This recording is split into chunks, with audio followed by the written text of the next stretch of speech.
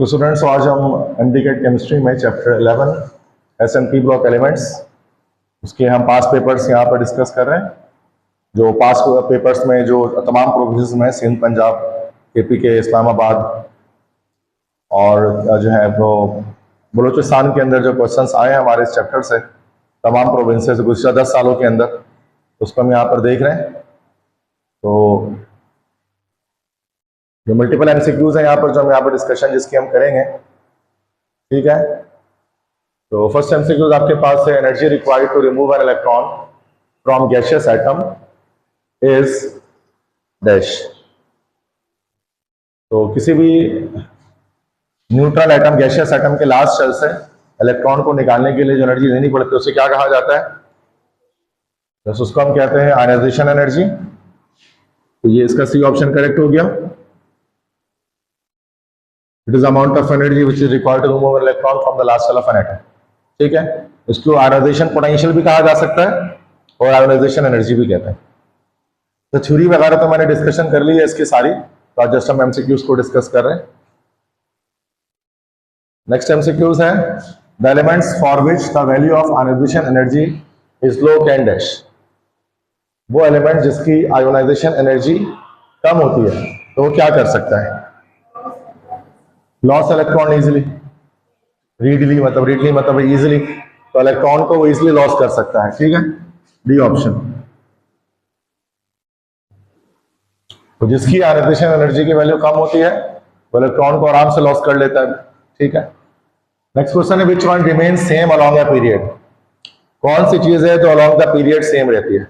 मतलब along the period से मुराद जब हम लेफ्ट टू राइट जाते हैं पीरियोडिक टेबल में, तो लेफ्ट से राइट जाते हुए कौन सी ऐसी प्रॉपर्टी है जो सेम रहेगी, जिसमें कोई वेरिएशन नहीं आएगी, कोई चेंज नहीं होगा?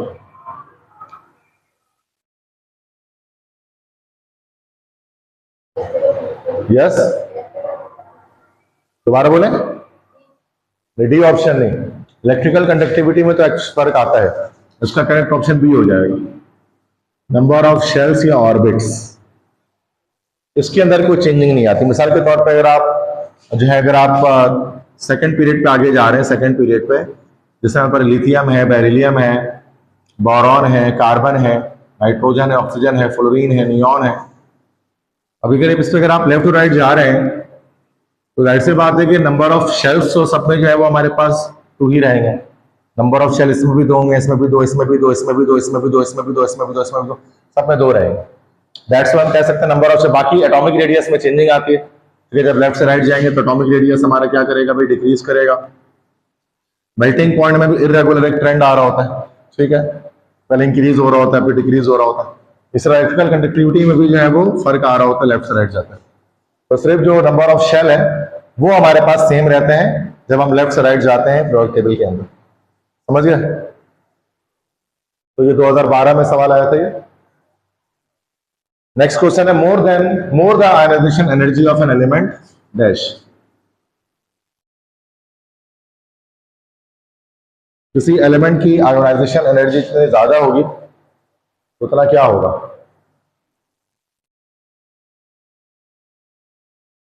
More the electropositivity, less the metallic character, more the reducing power, bigger the atomic radius. क्योंकि अगर आयनाइजेशन एनर्जी ज्यादा हुई तो एटॉमिक रेडियस तो ज्यादा हो नहीं सकता ना, छोटा एटम होगा। मोर द इलेक्ट्रोपॉजिटिविटी नहीं, इलेक्ट्रोपॉजिटिविटी मतलब इलेक्ट्रॉन लूजिंग टेंडेंसी। तो जब आयनाइजेशन पोटेंशियल ज्यादा होगा तो इलेक्ट्रॉन लूजिंग टेंडेंसी कम होगी, तो ए भी कट गया।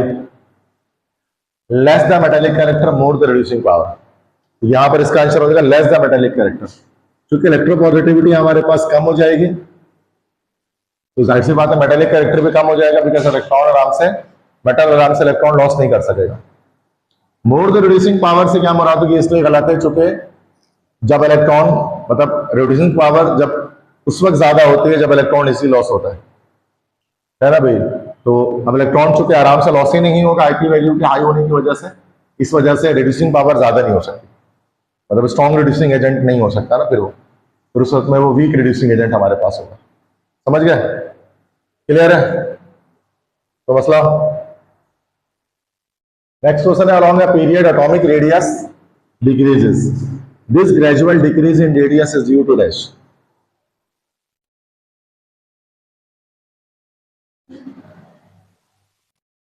कि along a period atomic radius कम होता है। क्यों कम होता है लेफ्ट से राइट जाते हुए? हाँ,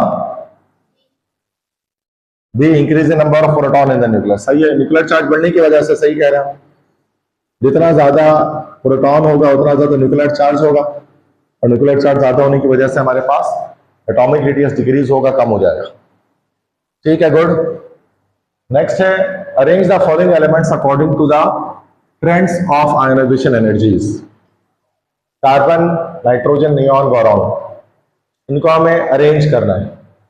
ठीक है, अब देखो नॉर्मली हमारे पास हमें ये चीज पता है कि 4 एलिमेंट है ना भाई, बोरॉन है, कार्बन है, नाइट्रोजन है, नियॉन है।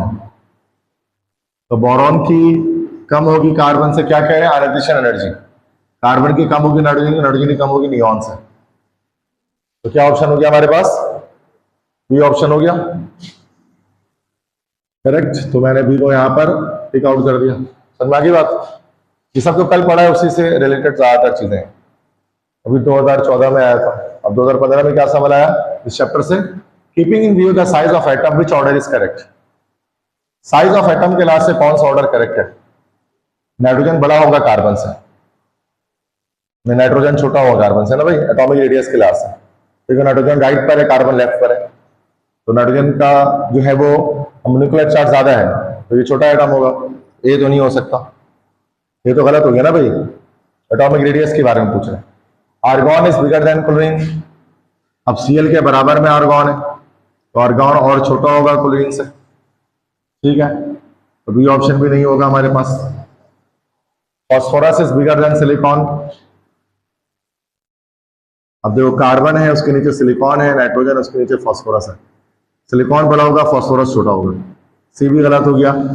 Lithium is bigger than beryllium. ये रहा Li, ये रहा B. Lithium is bigger than beryllium, yes. Lithium का एटॉमिक रेडियस बेरिलियम से ज्यादा होगा, क्योंकि लिथियम लेफ्ट पर पाया जा रहा है। समझ गए? तो ये हमारे पास डी ऑप्शन करेक्ट हो गया। तो ये ट्रेंड्स के हवाले से बेटा इसमें क्वेश्चन आस्क किया जाता है, तो ज्यादातर आप देखें ट्रेंड की ही बात कर रहे हैं इस चैप्टर में।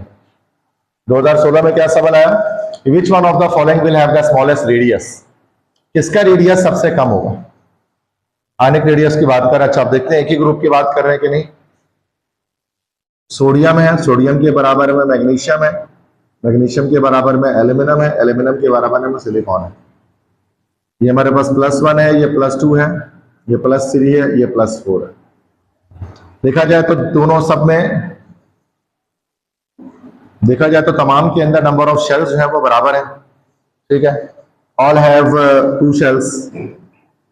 न्यूक्लियर चार्ज का डिफरेंस आएगा इसके अंदर, इसमें 11 है, इसमें 12 है, इसमें 13 है, इसमें 14 है। लेफ्ट से राइट जब हम जाएंगे तो what will happen? So atomic radius will be decreased, है ना भाई। तो यहाँ पर स्मॉलेस्ट रेडियस पूछ रहे हैं, तो सिलिकॉन का हो जाएगा SI का। ठीक है, तो इसके इससे कम होगी, इसके इससे कम होगी, इसके इससे कम होगी। तो हमारा सी ऑप्शन करेक्ट हो गया, सिलिकॉन +4। इसका स्मॉलेस्ट आयनिक रेडियस हमारे पास पाया जाएगा। समझ गए? क्लियर है? तो बाकी कुछ क्वेश्चन शुरू में गए तो रिकॉर्डिंग में आ गए, तो आप उसको देख लेना बाद में। सही, आगे बढ़ते हैं। नेक्स्ट क्वेश्चन है फॉलोइंग पैराग्राफ। यहां से शुरू हो रहा है क्वेश्चन, यहां से क्वेश्चन स्टार्ट हो रहा है। The following graph shows a physical property along the period 3 elements. Which physical property is this? ठीक है, कह रहे हैं कि ये हमने ग्राफ शो किया है, कह रहे बताइए कौन सी फिजिकल प्रॉपर्टी को हमें यहाँ पर शो कर रहा है। अब ये ग्राफ को अगर आप सही से पढ़ें गौर से, ये एटॉमिक नंबर है जो इंक्रीज हो रहा है, और ये हमारी फिजिकल प्रॉपर्टी है, इसकी वैल्यू कौन सी फिजिकल प्रॉपर्टी है बता नहीं रहे, इनमें से कोई एक है। अब हो क्या रहा है देखें, जैसे जैसे एटॉमिक नंबर बढ़ रहा है वैसे वैसे ये फिजिकल प्रॉपर्टी क्या हो रही है, कम हो रही है। तो एटॉमिक नंबर के बढ़ने से कौन सी फिजिकल प्रॉपर्टी कम हो रही होती है भाई? एटॉमिक रेडियस या आयनिक रेडियस हमारे पास कम हो रहा होता है। बाकी electron negativity, electron affinity, ionization potential, ये सब चीजें तो बढ़ रही होती है। तो हमारे पास क्या हो गया, इसका मतलब है सी एटॉमिक रेडियस।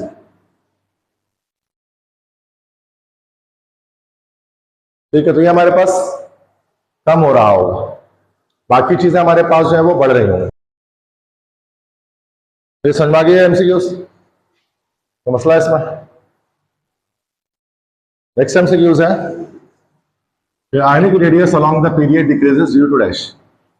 2017 में आया एमसीक्यूज ये वाला, लेफ्ट से राइट जाता है एटॉमिक रेडियस कम क्यों होता है? सिंपल, तो ये रिपीटिशन हो रही है I think. Increase in nuclear charge, nuclear charge के बढ़ने की वजह से एटॉमिक रेडियस हमारा कम हो रहा होता है, लेफ्ट से राइट जाते हैं। नेक्स्ट है the strongest acid among the following is dash. इनमें से स्ट्रॉन्गेस्ट एसिड कौन सा है? A H F, no, wrong answer. H I, what's the reason? Because देखो एसिडिटी ऑर्डर हमारे पास क्या होता है, देखो 4 एसिड है ना, एच एफ है, ये हाइड्रोजन एसिड्स है, एच एफ है, एच सी एल है, एच बी आर है, एच आई है। उनके एसिडिटी ऑर्डर ये होता है कि एच एफ कम एसिडिक होता है, एच सी एल से ये कम, इससे ये कम, इससे। तो एच एफ तो हमारे पास यहां पर जो है वो वीकेस्ट एसिड हो जाएगा, और एच आई यहां पर जो है वो स्ट्रॉन्गेस्ट एसिड होगा। इसके पीछे रीजन क्या है कि एच एफ का जो बॉन्ड है ना, तो वो स्ट्रॉन्गेस्ट बॉन्ड है, स्ट्रॉन्गेस्ट बॉन्ड यहां पर बन रहा होगा। लेकिन एच आई का जो बॉन्ड है, डिफरेंस ऑफ इलेक्ट्रोनेगेटिविटी की वजह से इसका बॉन्ड कैसा बन रहा होगा? वीकेस्ट बॉन्ड बन रहा होगा। अब आपको पता है एसिड क्या होता है? एसिड्स वो तमाम कंपाउंड्स होते हैं जो H प्लस को लॉस करते हैं ना भाई, H प्लस को लॉस करते हैं। H प्लस को लॉस करने के लिए क्या चाहिए होगा कि H और F के बीच का जो बॉन्ड है, H और I के बीच का जो बॉन्ड है वो ब्रेक हो। अब ये बॉन्ड जितने आराम से ब्रेक होगा उतने आराम से H प्लस लॉस होगा और उतना ज्यादा स्ट्रॉन्ग एसिड हमारे पास डेवलप होगा, जनरेट होगा। तो चूंकि HI जो हाइड्रो आयोडिक एसिड है या हाइड्रोजन आयोडाइड है, चूंकि वो इजिली H प्लस को लॉस कर सकता है, दैट्स वाई ये स्ट्रॉन्गेस्ट एसिड हमारे पास होगा। अगर आपसे स्ट्रॉन्गेस्ट बॉन्ड बोलता तो HF का आंसर सही हो, लेकिन यहाँ पर स्ट्रॉन्गेस्ट एसिड बोल रहा है, तो दैट्स वाई इसका आंसर HI हमारे पास है। समझ गए? तो ये छोटी छोटी गलतियां आप करेंगे ना, तो इतना आसान सवाल है लेकिन आपका आंसर नंबर कट जाएगा इसमें। तो बहुत इजी क्वेश्चन है जबकि। नेक्स्ट क्वेश्चन देखिए, when the elements of group 2A are exposed in air they quickly become coated with a layer of oxide. What is the purpose of this oxide layer? What is the purpose of this oxide layer? कह रहे हैं कि जब हम 2A group के elements को expose करते हैं, ठीक है, हवा में, तो वो क्या होता है, फौरन से उनके ऊपर ऑक्साइड की एक लेयर जो है वो जमा हो जाती है। इस ऑक्साइड लेयर का पर्पस क्या होता है, मकसद क्या होता है? ठीक है, ये कोई भी एलिमेंट हो सकता है, जैसे कि हम 3A ग्रुप में वैसे ज्यादा होता है, 2A ग्रुप का भी हो सकता है। जैसे मैग्नीशियम की बात करते हैं, अब मैग्नीशियम है ना, जब ये ऑक्सीजन से रिएक्शन करता है तो ये हमारे पास क्या होता है, MgO मैग्नीशियम ऑक्साइड की फॉर्मेशन कर लेता है। ठीक है, अब जैसे कि हमारे पास जैसे इस मैग्नीशियम मेटल, अब इसके ऊपर क्या होता है कि ऑक्साइड लेयर की कोटिंग हमारे पास हो जाती है जनरेट। ठीक है,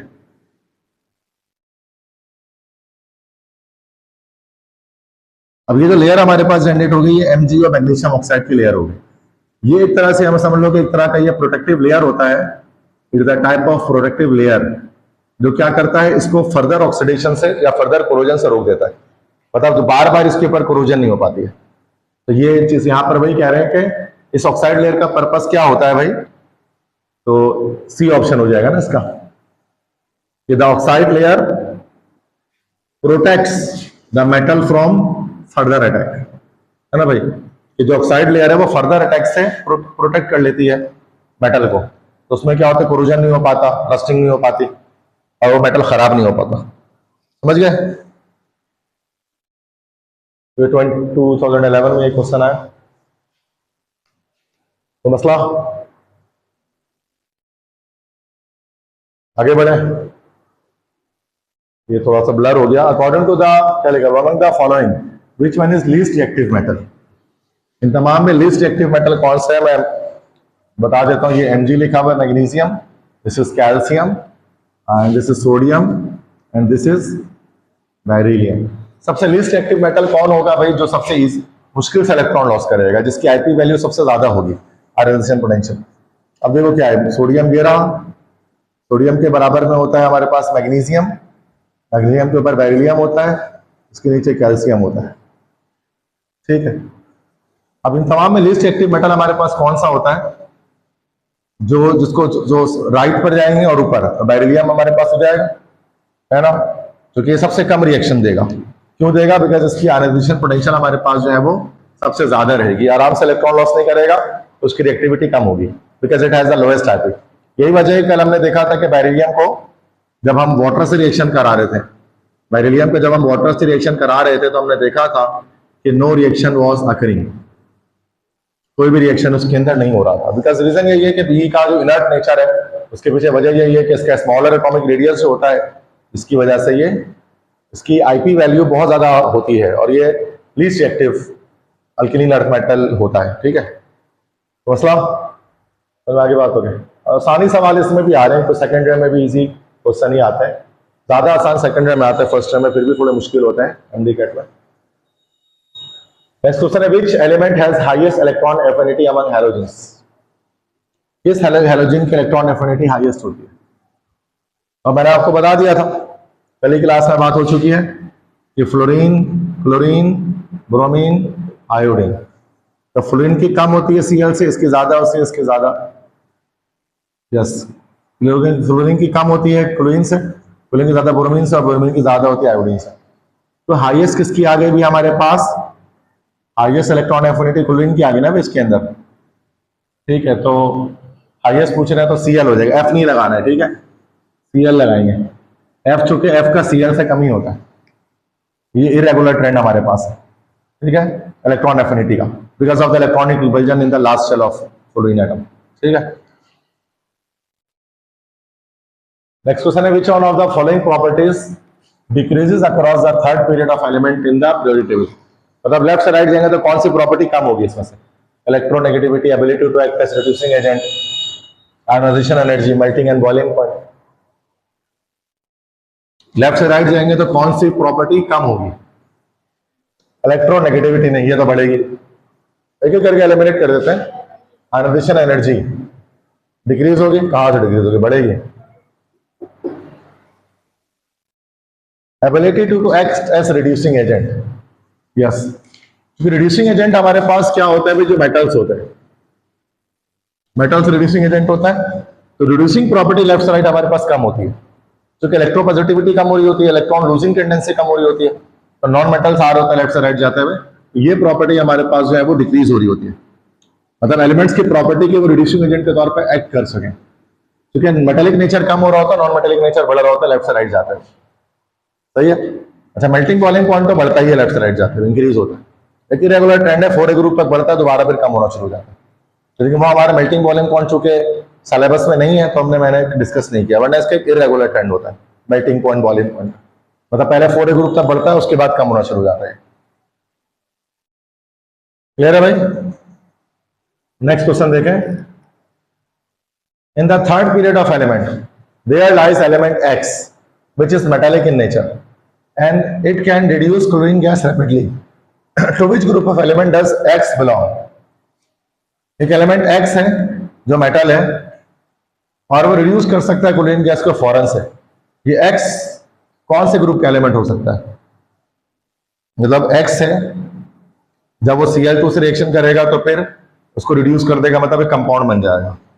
अब Cl से कौन सा एलिमेंट सबसे फास्ट रिएक्शन कर सकता है? मेटालिक नेचर भी है, तो देखो जरा 7A2 हटा दो, क्योंकि मेटल बोल रहा है, 7A में सारे नॉन मेटल। 4A भी हटा दो। अच्छा अब 1A 2A और 4A आ गया, तीनों मेटल है। 1A तो सारा मेटल है, 2A ग्रुप भी सारे मेटल है, 4A ग्रुप में टिन और लेड मेटल है आखिरी। अब यहां फंस गया, तो क्या कह रहे हैं? थर्ड पीरियड एलिमेंट का। अच्छा, थर्ड पीरियड की जब बात करते हैं ना, थर्ड पीरियड में 4A ग्रुप ऐसे ही हट गया, तो इसमें होता है कार्बन, सिलिकॉन, जर्मेनियम। जर्मेनियम में एक मेटल, थर्ड पीरियड सिलिकॉन पे आएगा। सिलिकॉन एक मेटल नहीं, मैंने कल बताया था मेटल वाइड है, तो ये भी कटा, क्योंकि थर्ड पीरियड की बात कर रहे हैं। अब क्या बच गया हमारे पास? 2A और 1A, इनमें से कोई एक हो सकता है, लेकिन अब यहां पर उसमें से कौन है? चुके तो सारे मेटल है और दोनों ही रिएक्शन करके हैलोजन बनाते हैं। तो यहां पर क्या बता रहे? रैपिडली। रैपिडली का मतलब होता है तेजी से, रैपिडली। तो 1A 2A में फास्ट रिएक्शन कौन करेगा? 1A 2A में से ज्यादा रिएक्टिव मेटल कौन होता है? Alkali metal, alkaline earth metal. अल्कनी मेटल ना, 1A ग्रुप का मेटल, तो डी ऑप्शन करेक्ट हो गया because of this word rapidly. Reaction तो ये भी करके बना लेगा, जैसे मिसाल के तौर पे अगर मैग्नीशियम है Mg+Cl2, ये भी बना लेगा MgCl2, Na+Cl2 ये भी बना लेगा हमारे पास NaCl। लेकिन फर्क क्या होगा कि ये रिएक्शन जो है वो इसके कंपैरेटिव में स्लोअर होगा और ये रिएक्शन उसके कंपैरेटिव में फास्टर होगा। तो थोड़ा सा लॉजिकल एमसीक्यू सही। ये सेट क्या, कौन सा टेस्ट होता है? एसएटी सेट लिखा हुआ, ये कौन सा टेस्ट होता है? एसएटी होता है, वो तो मुझे पता है। एसएटी में केमिस्ट्री तो आती नहीं है। एसएटी का टेस्ट हो जो इंटरनेशनल, एसएटी क्या है, ये किस प्रोविंस का होता है पता है आप लोगों को? मुझे भी नहीं पता, बस है पास पेपर में तुम्हें करा दे, बाकी सबका तो मुझे पता है। एससीटी का नहीं पता। अब किसी को पता है तो कमेंट सेक्शन में बता दे भाई, कौन सा टेस्ट है एससीटी, मुझे नहीं पता। ठीक है, आगे बढ़ता है। कौन सा बेटा? ऊपर वाला दोबारा समझाओ, ठीक है, ओके दोबारा समझाता हूं। कह रहे हैं कि विच one of the following properties decreases across the third period of element in the periodic table. मतलब कौन सी प्रॉपर्टी लेफ्ट से राइट जाते हुए डिक्रीज करेगी, कम होगी। चलो मैं वन बाय वन देखता हूं। एलिमिनेशन करके चलेंगे तो भी हो जाएगा, पहले एलिमिनेशन करते हैं। इलेक्ट्रोनेगेटिविटी घट गया, आरएनसी एनर्जी घट गया। अब आगे बढ़ते हैं। मेल्टिंग एंड बॉइलिंग पॉइंट भी घट गया। इसका ट्रेंड क्या होता है बेटा? देखो इस तरह से ट्रेंड होता है, ऐसा ट्रेंड होता है। मतलब 1A 2A 3A 4A 5A 6A 7A 8A। मतलब ये कोर्स सिलेबस में तो नहीं है, लेकिन आपको ऐसे नॉलेज के लिए बता दूं कि 1A 2A 3A 4A तक इलेक्ट्रॉनिक वो मेल्टिंग पॉइंट जो हमारा है, मेल्टिंग पॉइंट वो बढ़ते रहता है। फिर उसके बाद 5 6 7 8 में क्या होता है, दोबारा कम हो जाता है। इस तरह के कर्व ग्राफ आप देखेंगे बराबर, अगर कभी आपको मेल्टिंग पॉइंट के ग्राफ दिखा कहीं, ठीक है। ये इसलिए नहीं हो सकता क्योंकि बढ़ ही रहा है ना, उसके बाद कम हो रहा है, तो ये तरह से डिक्रीज तो नहीं कर सकते हम इसको। अब एक तो एलिमिनेशन के लिहाज से चलो तो बी करेक्ट है। अब आते हैं कॉन्सेप्ट के लिहाज से, capability to act as reducing agent. अब जैसे देखिए बेटा, हम किसके थर्ड पीरियड की बात करें ना, थर्ड पीरियड से मुराद क्या हो गया? सोडियम वाला ग्रुप है, ठीक है। अब देखिए ये रहा हमारे पास सोडियम, मैग्नीशियम, उसके बाद हमारे पास आ गया एल्यूमिनियम, सिलिकॉन, ठीक है। उसके बाद nitrogen, phosphorus, sulphur, chlorine, argon, यही है। अब जब हम देखते हैं कि लेफ्ट से राइट जब हम जाते हैं बेटा, तो क्या क्या देखने को मिलता है? हमें दिखता है कि आईपी हमारे पास क्या हो रहा है बेटा? इंक्रीज हो रहा है। आईपी इंक्रीज करने का मतलब कि जो इलेक्ट्रॉन लूजिंग टेंडेंसी है, इलेक्ट्रॉन लूजिंग टेंडेंसी जो है वो क्या डिक्रीज हो रही है ना भाई, समझ में आ रही बात?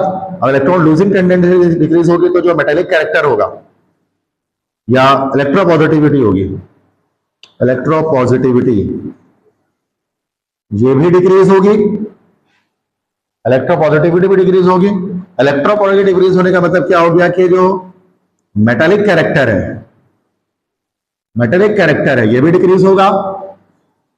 नॉन अच्छा मेटेलिक कैरेक्टर जब डिक्रीज होगा तो उसका क्या मतलब है कि नॉन मेटेलिक कैरेक्टर जो है वो बढ़ेगा। और ऐसे ही हो रहा है, आप देख लें, नॉन मेटल्स आ रहे हैं, ये नॉन मेटल्स आ रहे हैं, देखिए सारे मेटल आ रहे हैं, ये देखिए नॉन मेटल आ रहे हैं, ये बीच में मेटालाइड है कि नहीं है? ठीक। अब आपको पता है मेटल्स जो ये सारे मेटल्स हैं, मिसाल के तौर पे ना, ये देखें ये हमारे पास मेटल्स है, ये मेटल्स आ गए बेटा, और ये सारे के सारे आप सब जानते हैं, सारे के सारे नॉन मेटल्स। इतनी बहुत केमिस्ट्री तो हम सबको आती ही है।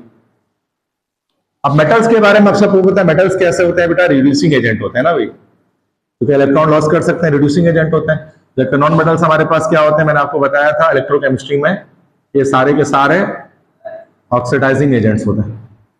अब चूंकि रिड्यूसिंग एजेंट होते हैं तो इनकी रिड्यूसिंग प्रॉपर्टी होती है, और उसकी किस वजह से आ रही है? इलेक्ट्रॉन को लॉस करने की वजह से आ रही है। क्योंकि इलेक्ट्रॉन लूजिंग टेंडेंसी कम हो रही है तो रिड्यूसिंग प्रॉपर्टी भी इनकी कम से कम होती जाती है, ऑक्सीडाइजिंग प्रॉपर्टी बढ़ती जाती है। तो वही चीज लिखा हुआ है कि ability to act as reducing agent यहाँ पर कम होना शुरू हो जाएगा, क्योंकि आगे ऑक्सीडाइजिंग एजेंट आ रहे हैं बिकॉज ऑफ दिस फैक्टर। समझ गए? तो बड़ा कॉन्सेप्चुअल एमसीक्यूज, ये सारा ग्रुप ट्रेंड में आपको ना ये सारी चीजें पता होनी चाहिए। तो पीरियोडिक टेबल आपके जहन में होना चाहिए, ये सारी चीजें, तभी आप उसको कर पाएंगे ना, अदरवाइज तो नहीं हो पाएगा। तो कल तो मैंने एक टेबल बनाई थी, एस ब्लॉक पी ब्लॉक, ताकि आप समझ जाए उसको देखकर। तो मसला समझ में आगे बात सारी, आगे बढ़ते हैं।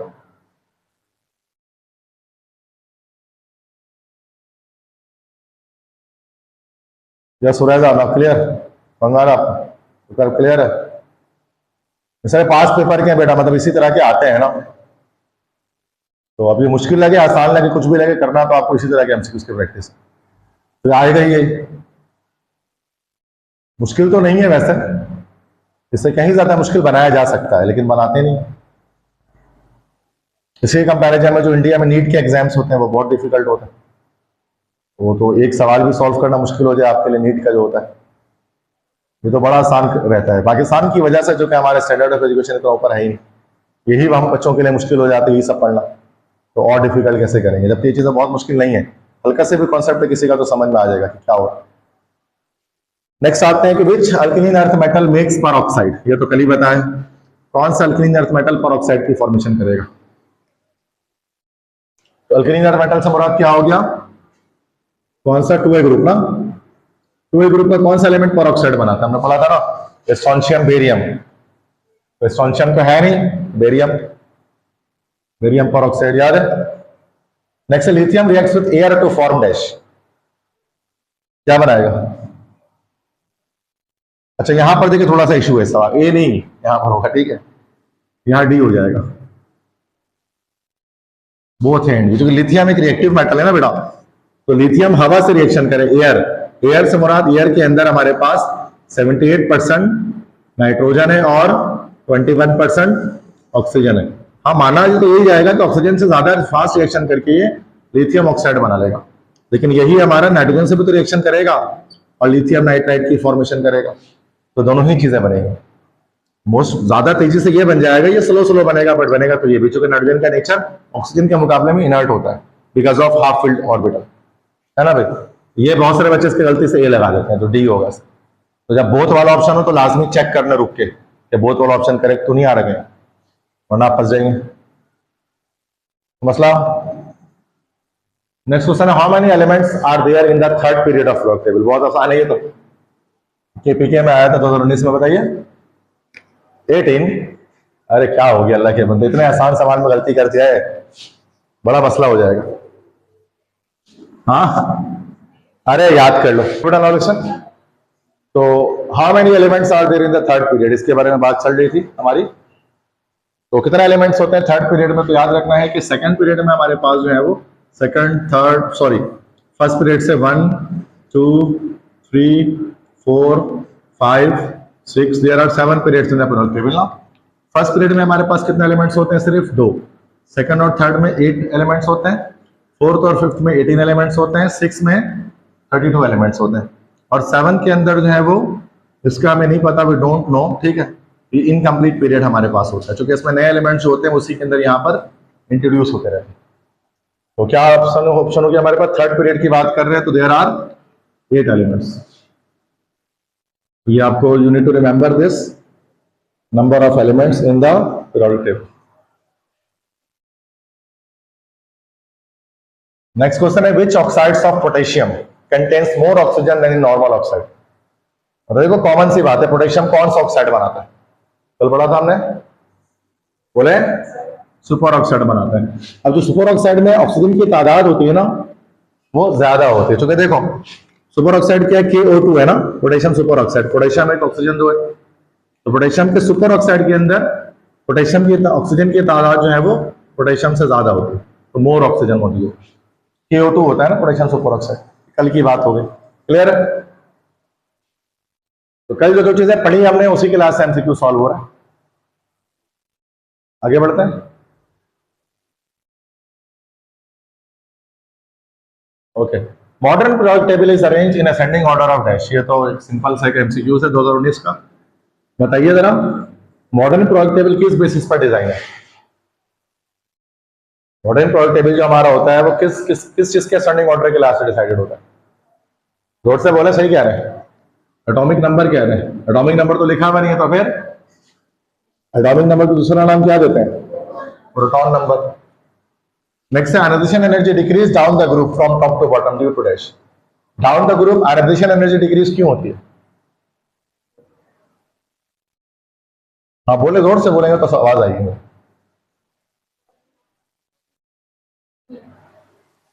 एटॉमिक मास का कोई वेरिएशन नहीं है।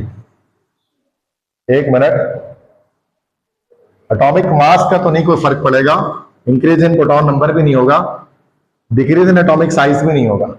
सी option, increase in shielding effect of the intervening electron. क्योंकि जब शेल्स की तादाद बढ़नी शुरू हो जाती है तो शील्डिंग इफेक्ट भी बढ़ता है ना।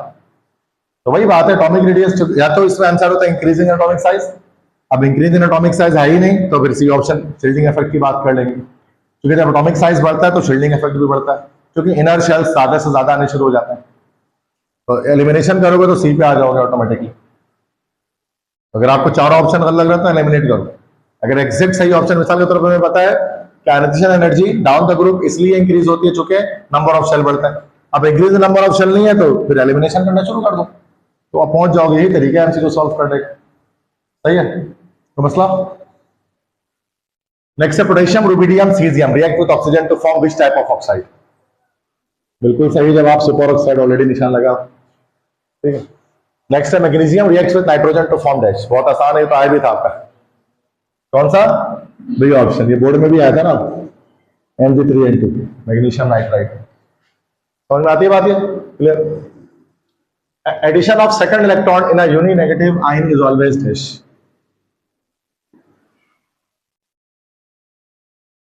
देखो बेटा, मैं एक चीज आपको बताया था, शायद पता नहीं वो शायद गलत हो गया कि सही हुआ। मैंने आपको बताया था कि फर्स्ट इलेक्ट्रॉन एफिनिटी जो होती है, दोबारा देख लें जरा इसको। फर्स्ट इलेक्ट्रॉन एफिनिटी जो होती है वो हमेशा क्या होती है कि फर्स्ट इलेक्ट्रॉन है, पहला इलेक्ट्रॉन जो एंटर होता है वो ऑलवेज कैसी होती है हमारे पास? नेगेटिव होती है, एक्सेप्ट क्लोरीन जिसका क्या होता है? पॉजिटिव। उसके बाद सेकंड इलेक्ट्रॉन एफिनिटी, ये मैंने शायद ऑलवेज नेगेटिव लिख दिया था, मुझे नहीं पता, चेक कर लीजिएगा। ये ऑलवेज पॉजिटिव होता है। मतलब सेकंड इलेक्ट्रॉन जब भी एंटर होगा ना तो लास्ट में आपको हिट देनी पड़ेगी, उसमें हिट रिलीज कभी नहीं होगी। तो शायद मैंने उसको उल्टा लिखा दिया था, अब चेक कर लें। इलेक्ट्रॉन एफिनिटी में लास्ट में लिखा होगा टॉपिक, सही है, उसको सही कर लीजिएगा अपना कॉन्सेप्ट लैग कर जाएगा। अब आ जाए वापस, addition of second electron to unit negative ion always dash, मतलब सेकंड इलेक्ट्रॉन एफिनिटी वो हमेशा क्या होगी? पॉजिटिव होगी। पॉजिटिव का मतलब कैसा प्रोसेस होगा? एंडोथर्मिक प्रोसेस होगा। सही है। तो ये देखो एमसीक्यू जिससे आया है ना 2021 में, तो ये गलत हो जाएगा, वरना इसको सही कर लीजिए। Next in periodic table the period number tells the dash. बहुत आसान, पीरियोडिक टेबल में पीरियड नंबर क्या बताता है? जो रॉ नंबर होता है, सबको पता है, नंबर ऑफ शेल्स बताता है, कोई ऑप्शन। ग्रुप नंबर बताता है, number of electrons in the last shell. Next question है, sodium is not observe in +2 oxidation rate because of its dash. Sodium +2 oxidation state में क्यों ऑब्जर्व नहीं होता? मतलब सोडियम से आप 2 इलेक्ट्रॉन नहीं निकाल सकते, एक इलेक्ट्रॉन तो निकाल सकते हैं लेकिन दूसरा नहीं निकाल सकते। क्या वजह है? दूसरा क्यों नहीं निकाल सकते? बोले, सोडियम हमेशा +1 ही रखता है अपने ग्रुप का सारा, क्योंकि एक इलेक्ट्रॉन निकालने के बाद उसका वो शेल खत्म हो जाता है। पीछे जो इलेक्ट्रॉन होता है ना, एक शेल पीछे, अब उसके इलेक्ट्रॉन को निकालने के लिए बहुत ज्यादा एनर्जी चाहिए होती है जो हम दे नहीं सकते। तो क्या हो जाएगा? देखो, हाई एनिक रेडियस तो हो नहीं सकता, हाई फर्स्ट आईपी तो होती नहीं है, लो होती है, हाई इलेक्ट्रोनेगेटिविटी भी नहीं होती, एलिमिनेशन करके भी यहीं आएंगे। High second ionization potential, second ionization potential बहुत हाई होती है, इसलिए दूसरा इलेक्ट्रॉन निकाल सकते हैं। एक तो निकाल सकते, दूसरा नहीं निकाल सकते। तो दूसरा जो है ना वो पिछले शेल में एग्जिस्ट करता है, जो न्यूक्लियस से बहुत करीब हो जाता है। समझ गए? टू ग्रुप के साथ भी ये मसला, 2 के बाद तीसरा इलेक्ट्रॉन नहीं निकाल सकते उसका। नेक्स्ट है, विच of the following element has highest electronegativity. यार फ्लोरीन तो आ गया तो कहानी खत्म हो गई इसके आने के बाद, सबसे हाईएस्ट चाहिए, कल बताया था 4.0। ठीक है, तो मसला बेटा इजी, आगे बढ़ता। Which statement describes the conversion of magnesium atoms to magnesium ions for ionic bond formation with Cl2? मतलब क्या कह रहे हैं कि मैग्नीशियम का आइटम जब मैग्नीशियम आयन बनता है तो क्या होता है? मतलब Mg जो है वो Mg+2 आयन जो बन रहा होता है, तो समय यहाँ पर मैग्नीशियम के साथ क्या हो रहा है? ये चेंज क्या है? 0 से +2 जा रहा है तो चार्ज यहाँ पर बढ़ रहा है, तो ऑक्सीडेशन हो रही है, रिडक्शन नहीं हो रही। उसके मतलब सी कट गया, ए कट गया, या तो बी आंसर या डी आंसर है कि नहीं? आगे पढ़े, because there has been a loss of electron. बिल्कुल सही, बी ऑप्शन। समझ में आ गया? इजी। तो यूएचएस मतलब पंजाब में आया 2022 में, ठीक है। अब ये सवाल मुश्किल भी हो सकते हैं कुछ बच्चों के लिए जिनका कॉन्सेप्ट लैक करे। आसान मुश्किल कुछ नहीं होता, वो कॉन्सेप्ट पर डिपेंड करता है कि आपको कितना आता है। Next, which of the following is semiconductor? ये तो सिंपल है यार, silicon. Next, which of the following property decrease in group 2 as we go down the group? Down the group जाएंगे क्या काम होगा?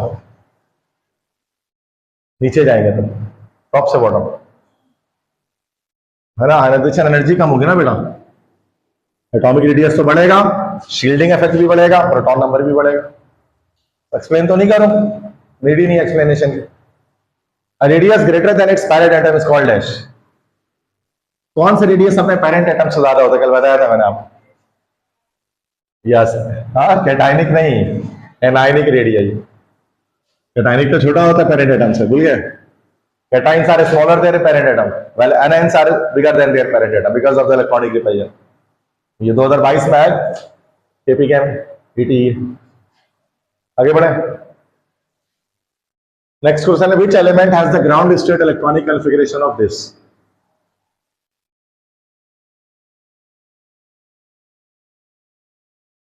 यार ये इलेक्ट्रॉनिक कॉन्फ़िगरेशन किसकी होगी?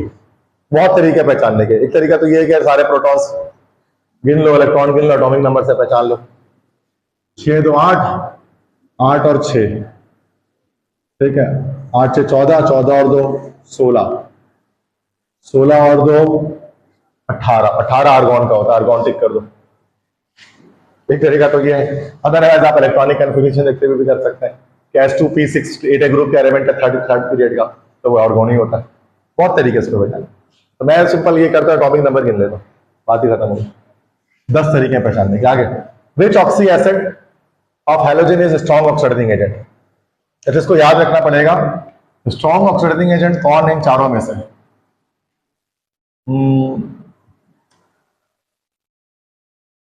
यूएचएस में है 2023 में,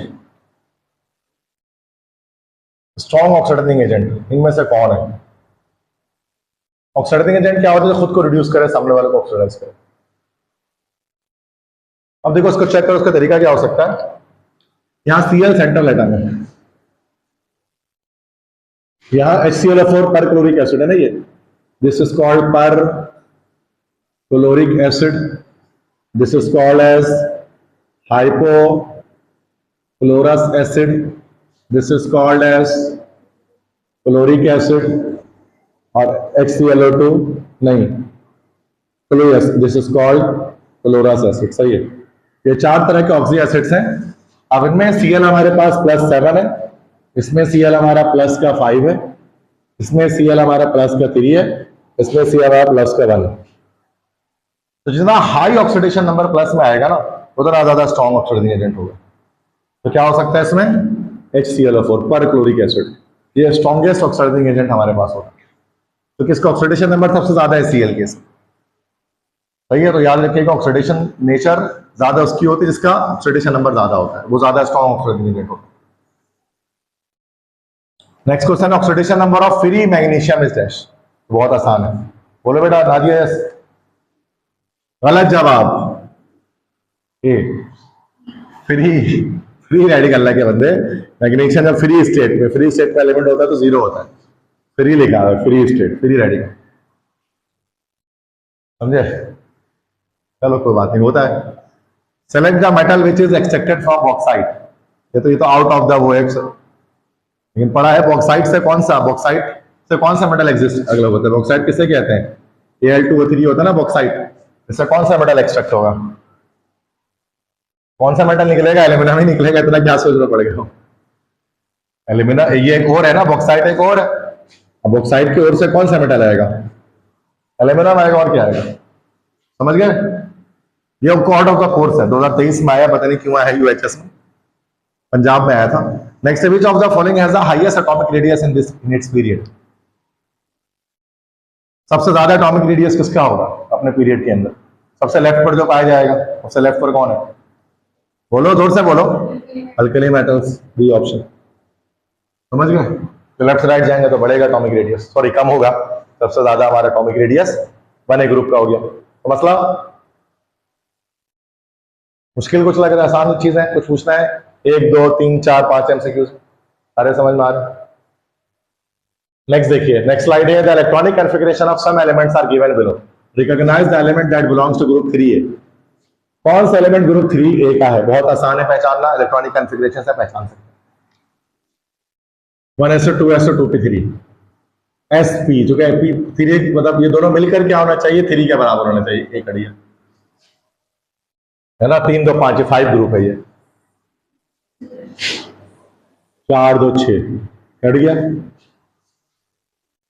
2 और 1 3 करेक्ट ऑप्शन, 4 ग्रुप कट गया। समझ गया? तो ये सबसे सिंपलेस्ट तरीका, 3 ग्रुप का एलिमेंट ये बोरॉन होगा वैसे, ठीक है। 2 2 4 और 1 5, एटॉमिक नंबर 5 बोरॉन का होता है, तो 3A ग्रुप का पहला member. Next question, all alkali metals react with chlorine to form metal chloride salt, the metal chloride or salt formed is dash. सारे मेटल क्लोरीन गैस से रिएक्शन करके मतलब मेटल क्लोराइड NaCl वगैरह बनाते हैं। The metal chloride salt formed is dash. अच्छा, जो salt होता है NaCl वगैरह जो बनता है वो कैसा होता है? उसकी इन प्रॉपर्टी इनमें से क्या होती है? इनसॉल्युबल तो होता नहीं है, सॉल्युबल होता है, सिंपल सी बात है। तो ए तो ऐसी काट दो, सॉल्युबल होता है वाटर में। और ये सॉल्ट कैसा, एसिडिक है, बेसिक है कि न्यूट्रल सॉल्ट है? बोले जोर से बोले, सही कह रहे हैं, न्यूट्रल सॉल्ट है। तो क्या ऑप्शन हो गया? बी ऑप्शन हो गया, न्यूट्रल सॉल्यूशन। मतलब एसिडिक और अल्कलीन तो नहीं होगा ना, सही है। तो नेक्स्ट क्वेश्चन है, which one of them is amphoteric in nature? Yes, well done. अच्छा देखो, ऑक्साइड जो है ना, ऑक्साइड हम लोगों ने क्या देखा कि हमने अभी ऑक्सीडेशन नंबर के लिए ऑक्साइड के 3 टाइप देखे, नॉर्मल ऑक्साइड, पर ऑक्साइड, सुपर ऑक्साइड। नेचर के लिहाज से भी हो सकती है। जैसे हमारे पास मेटल का जो ऑक्साइड होता है ना, मेटल ऑक्साइड जितने भी हमारे पास होते हैं वो कैसे ऑक्साइड होते हैं बेटा, याद रखिएगा, पढ़ा होगा फर्स्ट टाइम में, बेसिक ऑक्साइड होता है। और नॉन मेटल के जो ऑक्साइड होते हैं वो क्या होते हैं? सारे के सारे नॉन मेटल के ऑक्साइड एसिडिक इन नेचर होते हैं, ठीक है। और जो एम्फोटेरिक ऑक्साइड होता है, वो एम्फोटेरिक ऑक्साइड सिर्फ 3 एलिमेंट से जो एम्फोटेरिक ऑक्साइड बनाते हैं, याद रखिएगा, एक बेरिलियम, एक एल्यूमिनियम, एक zinc. They will form amphoteric oxide. तो बेरिलियम का ऑक्साइड एम्फोटेरिक, एम्फोटेरिक समझा जो एसिडिक बेसिक दोनों, सही है। तो ये थोड़ा सा आउट ऑफ द कोर्स है बट आसान, समझ गए तो मसला। तो ये याद, एक नई चीज थी तो मैंने आपको सिखा दी एम्फोटेरिक ऑक्साइड का कॉन्सेप्ट क्या होता है। तो तीन ऑक्साइड जो है ना, beryllium oxide, aluminium oxide, zinc oxide, ये हमारे पास एम्फोटेरिक नेचर के होते हैं। नेक्स्ट क्वेश्चन देखिए, a metal reacts vigorously with cold water melting into a ball of molten metal, moves according to surface of water giving off hydrogen gas and burns with yellowish golden flame. What could be the identity of this metal? हाँ, गलत जवाब, फिर गलत, golden flame. अब golden या yellowish golden flame से कौन सा मेटल जलता है? फ्लेम टेस्ट पढ़ा है? गोल्डन फ्लेम किसका आता है? अरे सोडियम का आता है। सोडियम को येलोइश फ्लेम होता है ना, गोल्डन फ्लेम से जलता है। कह रहे एक मेटल है जो ठंडे पानी से फास्ट रिएक्शन कर रहा है और मोल्टन मेटल बन जा रहा है मेल्ट होने के बाद। अब इस सरफेस पे ऐसे करके घूमता रहता है, नाचता रहता है, देखा होगा वीडियो में, सोडियम। और जब वो जल रहा है तो येलो कलर के फ्लेम से जल रहा है, वो कौन सा मेटल हो सकता है? तो भाई सोडियम का येलोइश फ्लेम होता है, लिथियम नहीं। लिथियम का जो है ना वो क्रीमसन रेड होता है, क्रीमसन रेड, डार्क रेड कलर होता है, खून जैसा लाल, खूनी लाल कलर जो होता है क्रीमसन रेड। तो तुम आपको ये कैसे दिख गया लिथियम? येलोइश जब बोला येलोइश फ्लेम तो सोडियम हुआ ना, रेडिश फ्लेम बोलेगा ना अगर तो लिथियम होगा, समझ गए। और बेरिलियम तो फ्लेम ही नहीं होता। नेक्स्ट है, among alkali metals which element react slowly with water? कौन सा ऐसा एलिमेंट सबसे स्लो रिएक्शन करेगा वाटर के साथ? सबसे ज्यादा लेस रिएक्टिव मेटल ढूंढ लो जिसकी आईपी सबसे ज्यादा हो, जिसके इलेक्ट्रॉन सबसे मुश्किल से निकले, जिसकी रिएक्टिविटी कम होगी। सबसे कम आयनाइजेशन पोटेंशियल किसकी है? सबसे ज्यादा, सॉरी कम नहीं, ज्यादा। कम तो होगा तो रिएक्टिव ज्यादा हो जाएगा। यार देख लो ना, इतना सोच रहे हो तुम लोग। Hydrogen, lithium, sodium, potassium, rubidium, caesium, francium, top से ऑर्डर जाएंगे तो आईपी क्या होगी? डिक्रीज होगी, तो रिएक्टिविटी क्या होगी? इंक्रीज होगी। तो सबसे कम रिएक्टिव सबसे ऊपर वाला, सबसे ऊपर कौन है?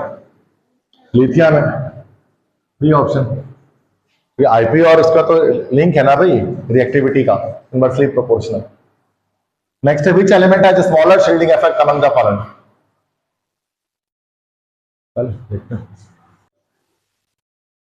ठीक है, हो गया। Which element has smaller shielding effect among the following. Shielding effect कम किसमें होगा? जिसमें शेल कम होंगे, कॉमन सी बात है। सबसे कम शेल किसमें?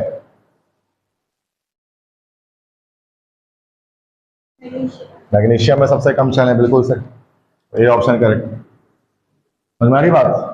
चलिए अब मैं बनाऊंगा नहीं टेबल, आप खुद ही समझ। नेक्स्ट है oxidation number of oxygen in Na2O2, sodium peroxide है, तो क्या हो गया? -1 हो गया। चलिए तो पड़ा है, ठीक है मसला। आगे बढ़े। Choose the element that forms normal oxide only. कौन सा एलिमेंट सिर्फ नॉर्मल ऑक्साइड बनाता है बस? बोलो जोर से बोलो। लिथियम, बिल्कुल सही। टाइम कम रहेगा तो जल्दी करें। Element whose salt do not impart colour to flame test. Yes, बिल्कुल सही। फ्लेम आपने पढ़ा होगा सेकंड ईयर में कि नो कैरेक्टरिस्टिक कलर, बेरिलियम का कोई कलर नहीं होता, बाकी सबका कोई ना कोई कलर आएगा flame test. Indicate superoxide in the following. Superoxide कौन सा है? सुपर ऑक्साइड कौन सा एलिमेंट बनाता है? जोर से बोले, कौन सा बनाता है सुपर ऑक्साइड? अरे पता तो है, दिमाग बंद हो गया।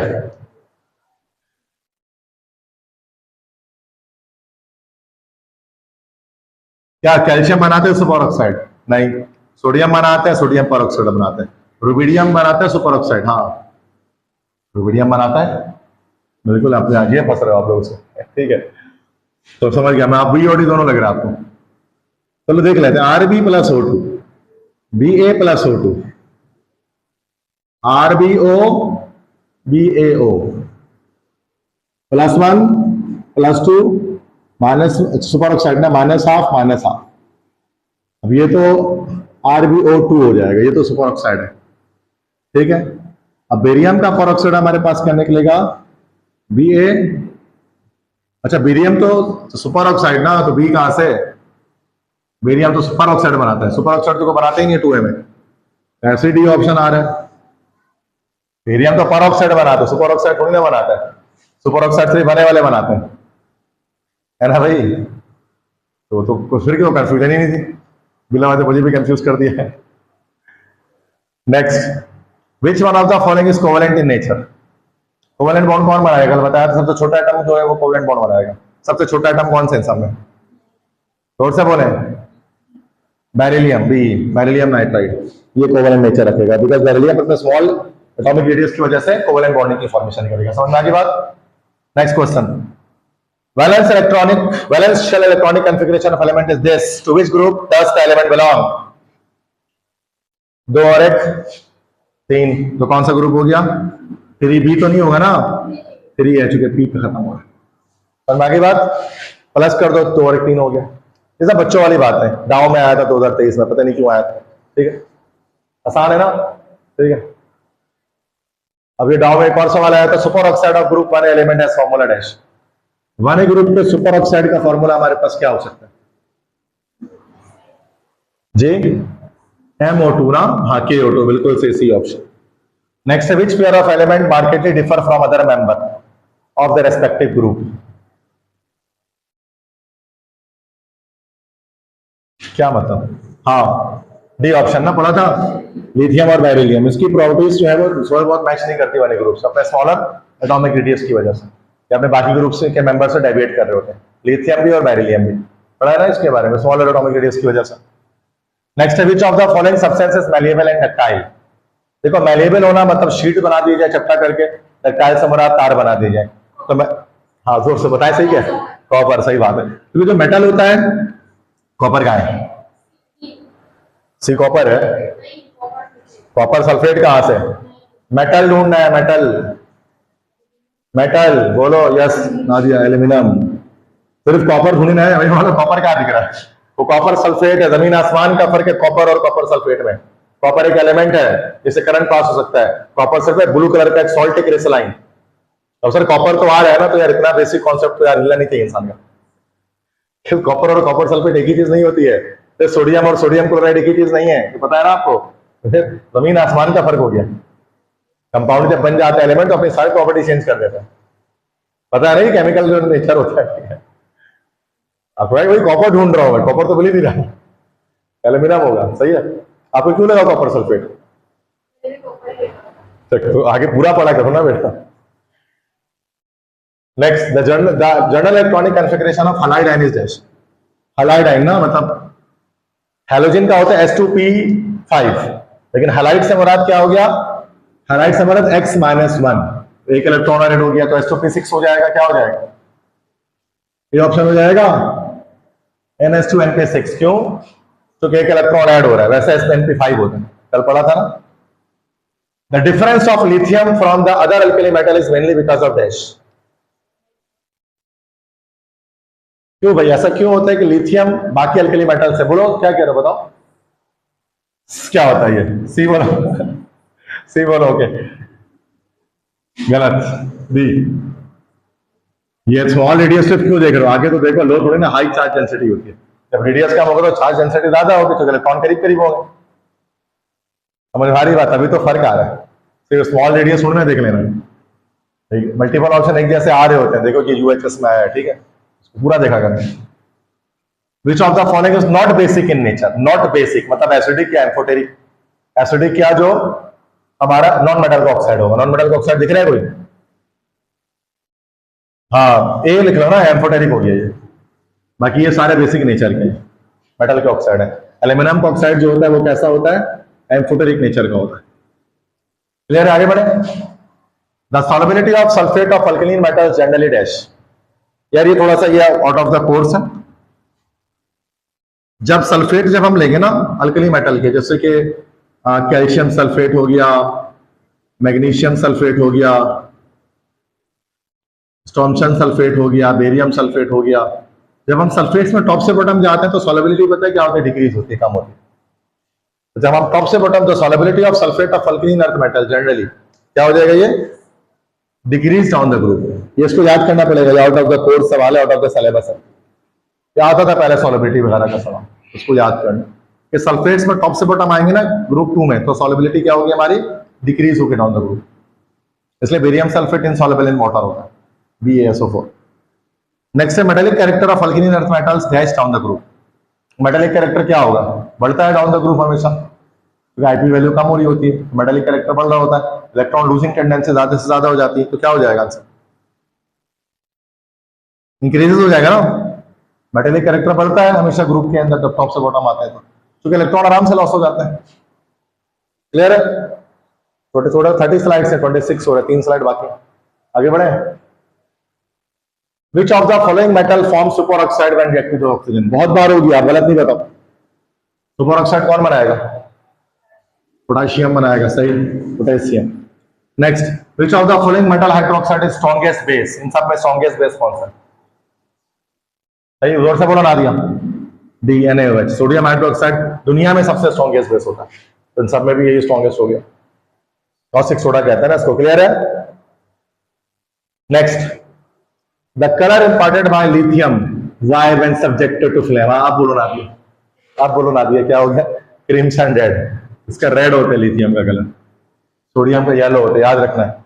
Which of the following sulphate of group 2A are insoluble? अभी बताया, कौन सा सॉल्ट इनसॉल्युबल होता है 2A ग्रुप का? कौन सा सल्फेट? टॉप से बॉटम जाएंगे तो डिक्रीज होगी ना, सबसे कम सॉल्युबिलिटी किसकी होगी? बेरियम सल्फेट की होगी, BaSO4 की होगी। अभी तो बताया पिछले वाले स्लाइड में, नहीं भूल गए? अभी बोला भी था मैंने, बेरियम सल्फेट इनसॉल्युबल होता है पानी में, याद करो, थोड़ी देर पहले बोला। क्लियर है दोनों एमसीक्यूज? नेक्स्ट है, विच of the following element is S block element? यार इतने बच्चों वाला सवाल जैम्बो वाले पूछते हैं, बताइए। Potassium. Electronegativity of aluminium is approximately equal to that of dash. यार आपने डायगोनल रिलेशनशिप पढ़ा है? ये रहा बेरिलियम, ये रहा बोरॉन, ये रहा एल्यूमिनियम, ये रहा मैग्नीशियम, ये इसको हम कहते हैं डायगोनल रिलेशनशिप, पढ़ा है सेकेंडरी में। तो डायगोनल वाले एलिमेंट की प्रॉपर्टी कैसी आती है? सेम आती है।